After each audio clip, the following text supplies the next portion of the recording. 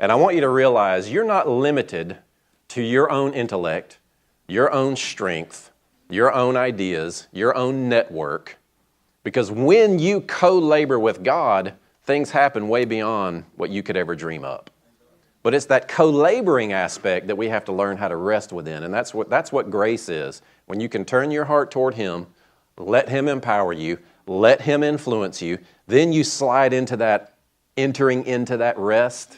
You know, it's like you labor to enter into rest, which seems like a paradox. It's like, wait a minute, I got to work to rest? And so we think we get to kick back and do nothing after we've labored. But the laboring that you do, what's the laboring that we do under the new covenant?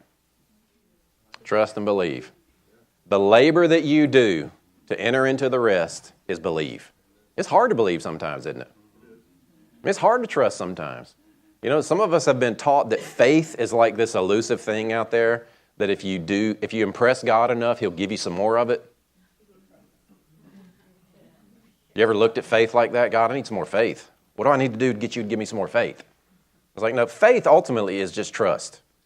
How persuaded are you of who Jesus is?